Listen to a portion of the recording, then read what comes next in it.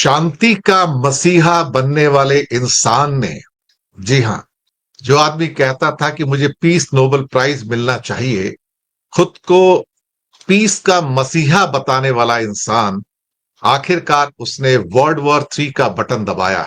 क्या ट्रेजेडी है साहब, व्हाट ए ट्रेजेडी। अब तो कोई मौत का सौदागर का कोई प्राइज होगा तो उसको जरूर मिलना चाहिए कि ये आदमी सिर्फ ट्रेड वॉर के द्वारा ही दुनिया को मारने के लिए पैदा नहीं हुआ, बल्कि अब जो उसने किया है, इसके बाद तो अब कोई यू टर्न तो है ही नहीं। और बहुत सारी जो रिपोर्ट्स इस टाइम हमारे पास आ रही हैं, उससे ये पता लगा है कि फोर्डो प्लांट को कोई ज्यादा डैमेज नहीं हो पाया है, और उसके साथ जो इस्फहान प्लांट है, नटाज है, उनको भी कोई बहुत ज्यादा डैमेज नहीं हुआ है। ये इस बात को प्रूव करता है कि बंकर बस्टर बॉम्ब्स जो B-2 से बरसाए गए, वो शायद अपने एम में, अपने ऑब्जेक्टिव में कामयाब नहीं हो पाए हैं। दूसरा, जो एनरिच्ड यूरेनियम था, वो शायद 2 दिन पहले ईरान ने वहां से पूरी तरह से निकाल कर कहीं और रखवा दिया था। अब इस बात की भी कंफर्मेशन ऑलमोस्ट हो गई है, और सैटेलाइट पिक्चर्स ये शो करती है। मेरे पास पिक्चर्स तो नहीं है वो अभी, लेकिन सैटेलाइट पिक्चर्स जो अभी आ रही हैं इंटरनेशनल मीडिया के अंदर, वो दिखा रही हैं कि वहां से, फोर्डो प्लांट से भी कई ट्रक्स निकले जो सेंसिटिव मटेरियल हो सकते थे, उन सबको वहां से शिफ्ट करके कहीं और डाल दिया गया है, क्योंकि हजारों टनल्स हैं ईरान के अंदर जो इस किस्म के मटेरियल्स को प्रोटेक्ट। अस्सलाम वालेकुम दोस्तों, बेवकूफ ट्रम्प जिसे पाकिस्तान कह रहा था कि नोबेल प्राइज देना चाहिए, इस बंदे को जूते का हार पहनाना चाहिए क्योंकि इसने वर्ल्ड वॉर 3 का बटन दबा दिया है। 3 न्यूक्लियर साइट पर हमला किया है, लेकिन ईरान ने पहले ही से सारा इनरिच जो यूरेनियम था 65% उसे इनरिच कर दिया गया था, वो निकाल दिया था। और दूसरी बात यह है कि ईरान कह रहा है कि इसने तो कुछ किया ही नहीं है। इन्होंने जो बम कराए थे दोस्तों, वो सिर्फ और सिर्फ बिजली के इंफ्रास्ट्रक्चर को मुतासर कर पाए हैं। बिजली का क्या है, बिजली तो खंबे लगाने हैं और फिर से बिजली चालू हो जाएगी। और अंदर जो रिफाइनरी लगी हुई है, जो मशीनें लगी हुई है इनरिच करने की, दोस्तों वो सारी की सारी महफूज है, और वो कुछ ही सालों में ईरान को खतरनाक किस्म के बम बनाकर देने के काबिल हो सकती हैं। लेकिन बात यह है कि अमेरिका ने इस वार में शामिल होकर वर्ल्ड वॉर 3 का आगाज कर दिया, और दोस्तों चाइना और रशिया भी इसमें अब शामिल हो जाएंगे। और जो ट्रम्प है, जिसे कह रहे थे कि नोबेल प्राइज मिलना चाहिए, इसे जूते का हार पहनाकर अब घुमाया जाएगा। दोस्तों वही काम होने वाला है, हिटलर वाला काम होने वाला है, और नेतन्याहू हिटलर बनकर सामने आएगा जो वर्ल्ड वॉर 3 का बाहिस बनेगा। और दोस्तों अब देखिए, तो पाकिस्तान कह रहा था कि इस बंदे को नोबेल प्राइज मिलना चाहिए, इस बंदे को जूते का हार पहनाना चाहिए। लेकिन दोस्तों ईरान ने जबरदस्त काम ये किया है कि ईरान को पहले ही पता था कि ऐसा कुछ होने वाला है। उन्होंने सारे के सारे इनरिच यूरेनियम को महफूज मकाम पर मुंतकिल कर दिया है, और सैटेलाइट की ये तस्वीरें दिखा रही है कि बिल्कुल ईरान ने अपने आप को पहले से ही महफूज बना दिया था। करती हैं। सवाल अब खड़े होंगे, आज 22 तारीख, और जो आज रात को हुआ है B-2 बॉम्बर्स के द्वारा, हम लगातार आप तक खबरें पहुंचा रहे हैं, अपडेटेड न्यूज पहुंचा रहे हैं कि हो क्या रहा है। अभी तक बहुत सारी जो अंतर्राष्ट्रीय रिएक्शंस होनी चाहिए थी, इंटरनेशनल रिएक्शंस होनी चाहिए, वो अभी तक नहीं आई हैं। एक क्यूबा की रिएक्शन आई है कि it's a heinous crime by America. United nation has shown great concern, इससे ज्यादा वो कुछ कर भी नहीं सकता, क्योंकि यूनाइटेड नेशन आज की डेट में, अगर सच कहा जाए तो, घर का एक पालतू पशु है, एक पालतू जानवर है अमेरिका का, और कुछ नहीं है। और उसके जो सेक्रेटरी जनरल हैं, वो भी एक पालतू जानवर की तरह, एक घर के जो पेट होता है ना, उसकी तरह बिहेव कर रहे हैं। उनमें इतनी हिम्मत नहीं है कि वो अमेरिका को कंडेम कर सकें, इजराइल को कंडेम कर सकें। जो पेट्स होते हैं ना, वो कंडेम नहीं करते हैं, जो जांबाज होते हैं वही कंडेम करते हैं। खैर, अब इंतजार है रशिया की रिएक्शन का, चाइना की रिएक्शन का। अब पिक्चर शुरू हुई है, ट्रेलर खत्म हो गया, अब पिक्चर शुरू हुई है। और ट्रंप का फिर से वो कहना कि एक किस्म से फिर से वार्निंग कि यहां सरेंडर कर दो, और इजराइल का बंदर अब्बास और नेवल बेस पे अटैक करना, यानी कि हॉर्मस की खाड़ी अब कल से बंद होने जा रही है, परसों से। लिख लीजिएगा, लिख लीजिएगा। वहां पे 2 अमेरिकन एयरक्राफ्ट कैरियर हैं पर्शियन बे के अंदर, लेकिन वो क्या कर पाएंगे? वो टैंकर मूवमेंट के ऊपर थोड़ी नजर रख सकते हैं, और टैंकर पे मिसाइल गिरेगी तो रोक थोड़ी पाएंगे उसको। वो सैकड़ों टैंकर्स आते हैं जाते हैं। अब हम एक डिसाइसिव फेज के अंदर एंटर किए हैं। कहने को यूनाइटेड नेशन ने अभी कहा है कि हालात काबू से बाहर हो गए हैं, और यह कहा कि अमेरिका की एंट्री से यूएन की टेंशन बढ़ी है और कहते हैं कि अमेरिका की कार्रवाई से, उसकी मिलिट्री कार्रवाई से मैं गहरी चिंता में हूं। ये एक प्रोवोकेशन है जो पहले से ही बहुत हाई टेंशन में था और ये एक्शन इंटरनेशनल पीस और सिक्योरिटी के लिए सीधा खतरा है। इतना तो आज उस पेट ने बोल ही दिया है। शायद अब ये चीज आउट ऑफ कंट्रोल हो गई है। अब ये चीज आउट ऑफ कंट्रोल हो गई है। लोग सोच रहे हैं कि ईरान क्या एक्शन लेगा, तो ईरान जो भी एक्शन लेगा सोच समझ के लेगा। यहां पर अब गुस्सा या इमोशंस उसका काम नहीं है। हालांकि हुतीस ने अनाउंस कर दिया है कि अब एक भी अमेरिकन शिप या वेस्टर्न कंट्री का शिप लाल सागर में से, यानी कि सुएज कैनाल के रास्ते में से होकर नहीं जाएगा। कभी कभी कहते हैं ना, मुखौटा मास्क उतर जाता है। जो आदमी कल आंसू बहा रहा था कि मुझे नोबेल पीस प्राइज नहीं मिल रहा है, मैं तो शांति का पुजारी हूं, कबूतर उड़ाता हूं, आज उसका मास्क उतर गया और पता लग गया कि वो असली मौत का सौदागर है और उसने वर्ल्ड वॉर 3 का बटन दबाया। आज वर्ल्ड वॉर 3 का बटन उसने आज दबाया है। देखिए, जो मैसेज है ना, लाउड एंड क्लियर है। उसको लगता होगा कि वो पर्शियन लोगों को, ईरानी लोगों को दबा देगा और वो लोग सरेंडर कर देंगे।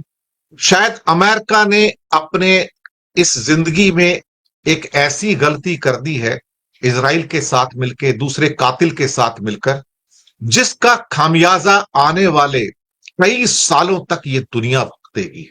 कई सालों तक मैं बता रहा हूं। और फिर ये कहना ट्रंप का कि अभी भी कई टारगेट्स बचे हैं ईरान के अंदर, यानी कि मैं और हमला करूंगा, और ईरान अगर शांति की तरफ नहीं बढ़ता है तो फ्यूचर में और भीषण हमले होंगे। ईरान में या तो शांति आएगी या विनाश आएगा। लेकिन कभी ये भी तो सोच लो कि भाई अमेरिका में क्या आएगा, क्योंकि अमेरिका बट गया। आज अमेरिका बट गया। ज्यादा करके डेमोक्रेट्स और रिपब्लिकन भी इसके खिलाफ चले गए हैं। अमेरिकन पब्लिक बट गई है पूरी की पूरी की ये तुमने क्या किया, तुमने इस पचड़े में पड़ने की जरूरत क्या थी, उन सो कॉल्ड ज्यूज के चक्कर में तुमने अपना जिंदगी क्यों बर्बाद कर ली है। अब एंट्री तो हो गई साहब।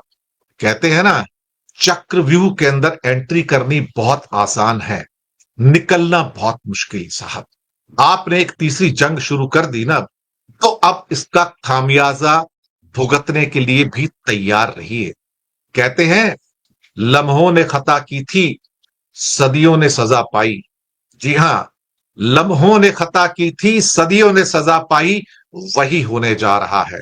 एक बात तो पक्की है कि कुछ देश ऐसे हैं जो अमेरिका के भक्त हैं, इजराइल के भक्त हैं, वो इस बात को कंडेम नहीं करेंगे। वहां से सिर्फ एक छोटी सी लाइन निकल कर आएगी, dialogue and diplomacy should be used for de escalation. Dialogue and diplomacy should be used for de escalation, लेकिन किसी का नाम नहीं लेंगे। क्या वो देश सारे के सारे मिलकर ये कहेंगे कि अमेरिका परपिट्रेट्स ऑफ अटैक है? क्या वो कहेंगे कि इजराइल अटैकर है? नहीं कहेंगे, क्योंकि उन सारे देशों की रीढ़ की हड्डी नहीं है, बैकबोन नहीं है उनकी। जब बैकबोन नहीं होती है तो उनके अंदर वो हिम्मत नहीं होती कि वो कर पाए। लेकिन अभी तो पिक्चर शुरू हुई है, अब कहानी शुरू होती है यहां से। लॉसेस जो भी होंगे, जैसे भी होंगे, फोर्डो, नतांज और इस्फहान पर 6 B-2 बॉम्बर्स ने अटैक किया और मैं लगातार आप तक ये सारी इंफॉर्मेशन, अपडेटेड इंफॉर्मेशन पहुंचाता रहा हूं। और ये कहना अमेरिका की और भी मैं अटैक करूंगा अगर जरूरत होगी, तो फिर आप समझ लीजिएगा कि अब बहुत कुछ ऐसा होगा जो अनएक्सपेक्टेड होगा, जिसकी आपने कल्पना नहीं की। वो सब होने जा रहा है। ध्यान रखिएगा, जंग में किसी को छोटा समझना बहुत बड़ी गलती है, क्योंकि कई बार चींटी जो होती है ना, हाथी की जब नाक में घुस जाती है ना, तो हाथी को मार के दम लेती है वो। यही होगा अल्टीमेटली, यही होगा। और जो मुल्क बाहर खड़े होकर हाथ सेक रहे हैं ना कि हम तो बाहर हैं, हम ना इधर है ना उधर है, इस चक्की में वो भी पिसेंगे। अब इस चक्की में वो भी पिसेंगे, वो भी इससे बच नहीं पाएंगे। ये भी ध्यान रखिएगा। ट्रंप को लगता होगा कि उसने एक बहुत अहम फैसला किया है और वो vice president, defence minister, foreign minister, intelligence के बाकी जो लोग थे उनके साथ थे। दरअसल दुनिया का दादा बनने की एक बड़ी तमन्ना है फिर से।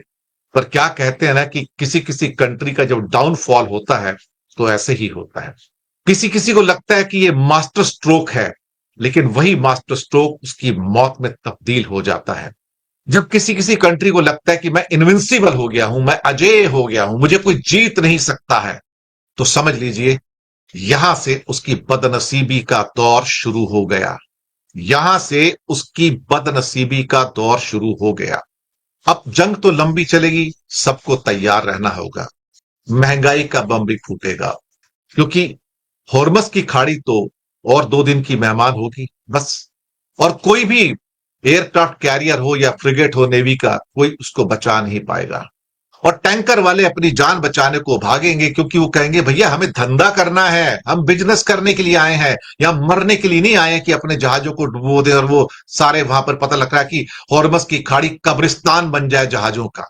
कोई नहीं चाहेगा, जो धंधा करने वाला आदमी है, कि हॉर्मस की खाड़ी कब्रिस्तान बन जाए जहाजों का, कोई नहीं चाहेगा। बहुत सारे लोग कह रहे थे कुछ नहीं होगा, कुछ नहीं होगा, कुछ नहीं होगा। अब आपके सामने घट रहा है। कल ही शाम को मीटिंग हुई है इंडिया के बड़े ऑफिशियल्स की, दिल्ली के अंदर बड़े बड़े ऑफिशियल्स की, और उस इमरजेंसी के लिए कि 60% गैस और तेल वहां से जो निकल कर आता है, अब हम तेल कहां से लेंगे और गैस कहां से लेंगे। ईरान की दोस्ती, हमने तो ईरान की दोस्ती को ही दगा दे दिया साहब। जो सदियों से तुम्हारा दोस्त रहा है, क्या कहूं उसके बारे में, उसको ही दगा दे दिया हमने तो। हम तो किसी को दोस्त बना ही नहीं पाए, हमारी तो बात छोड़िए। हम तो नेपाल को दोस्त नहीं बना पाए, भूटान को दोस्त नहीं बना पाए, बांग्लादेश, म्यांमार, श्रीलंका, या क्या कहते हैं मालदीव को दोस्त नहीं बना पाए। हम तो, हमने तो सबको दुश्मनों में तब्दील कर लिया। हमने अब ईरान को भी दुश्मनों में तब्दील कर लिया। वो ईरान अब तुम्हारे ऊपर कैसे भरोसा करेगा। अमेरिका ने तो अब डूम बटन दबा दिया है, अब इंतजार कीजिएगा। जिनको सुनकर बुरा लगे तो लगे, जिनको बीजेपी का क्या कहते हैं ना कि अंधभक्त बनना है तो बने, जिन्हें इस दुनिया में अपने अपने शासकों का, अपने अपने राजाओं का अंधभक्त बनना है तो बनने दो। समझ ना हो तो यही होता है ना। दरअसल प्रॉब्लम यह है ना कि बीजेपी के अंधभक्तों को, सच बात आपसे कहूं मैं, वो ये है कि उन्होंने कभी बड़ी जंग देखी नहीं है। उनको पता नहीं वर्ल्ड वॉर क्या होती है, और किताबों में अगर पढ़ा लिखा हो तो फिर उसको नॉलेज आती नहीं है, उसके ट्रैमर्स, उसके भूकंप नहीं आते हैं। उनको लगता है कि ये एक वीडियो गेम है, तो वीडियो गेम के मजे लो और चले जाओ। लेकिन जंग वीडियो गेम्स नहीं होती है। वर्ल्ड वॉर जो होती है ना, वो वीडियो गेम नहीं होती है। इस डोमेन से, इस माइंडसेट से निकलने की जरूरत है कि ये वीडियो गेम नहीं है भैया, कि जहां बैठ के 4-6 घंटे अपना खेल खाल के वापस आ गए, 4 मर गए, फिर आपका भूत वहां फिर जिंदा होता है, फिर हीरो आपका जिंदा होता है, मरता है, मिट्टी हो जाता है, फिर के खड़ा होता है। नहीं, ये वीडियो गेम नहीं है भाई, ये वीडियो गेम नहीं है, लाइफ है। और आप देखिएगा कि क्या होता है। फिर से कहूंगा, चीजें अब आउट ऑफ कंट्रोल हो गई है। जहां तक रेडिएशन लीक की बात है, वो तो थोड़ी देर बाद पता लगेगा। कुछ लोग कह रहे हैं कि अभी रेडिएशन लीक नहीं है। अगर रेडिएशन लीक नहीं है तो इसका मतलब वहां पे यूरेनियम नहीं था। तो भैया, किसके ऊपर आप जाके बम बरसा रहे हो, किसके ऊपर। हमारी गिनती तो वैसे ही महागुरुओं में दुनिया में है नहीं, हम तो कहीं ठहरते नहीं ना। हिंदुस्तान की गिनती तो महागुरुओं में है नहीं।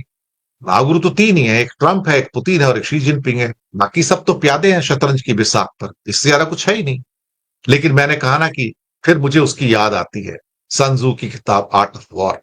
आर्ट ऑफ वॉर कहती है कि अपने दुश्मन को कभी अंडर एस्टिमेट मत करना। वही हो रहा है। फिर से याद रखना कि ये जंग शुरू हुई है अभी, ये जंग खत्म नहीं हुई है अभी। और इसका अब कौन विरोध करेगा और कौन नहीं करेगा, इसको भी दुनिया देखेगी। भारत तो इसका विरोध नहीं करेगा, लिख के रख लीजिए, क्योंकि भारत की सरकार ने फैसला किया है कि वो इजराइल और अमेरिका का साथ देगा। ये तो उन्होंने पहले से फिक्स कर लिया है। जब आप बीज बोते हो ना कोई भी, तो उसके अंजाम भी भुगतने के लिए तैयार रहना चाहिए। अब जो होगा आपके सामने होगा। मुझे लगता है कि अब हमें इंतजार करना होगा, और इंतजार ज्यादा लंबा नहीं होगा। जो भी आप कर रहे हो उसके अंजाम है। और फिर से मैं राहत इंदौरी की अपना एक दूसरी एक लाइन है कि लम्हों ने खता की थी, सदियों ने सजा पाई। और दूसरा, जाते जाते राहत इंदौरी का शेर आपकी नजर पेश करता हूं। लगेगी आग तो आएंगे कई घर जद में, लगेगी आग तो आएंगे कई घर जद में, इस मोहल्ले में हमारा ही मकान थोड़े है।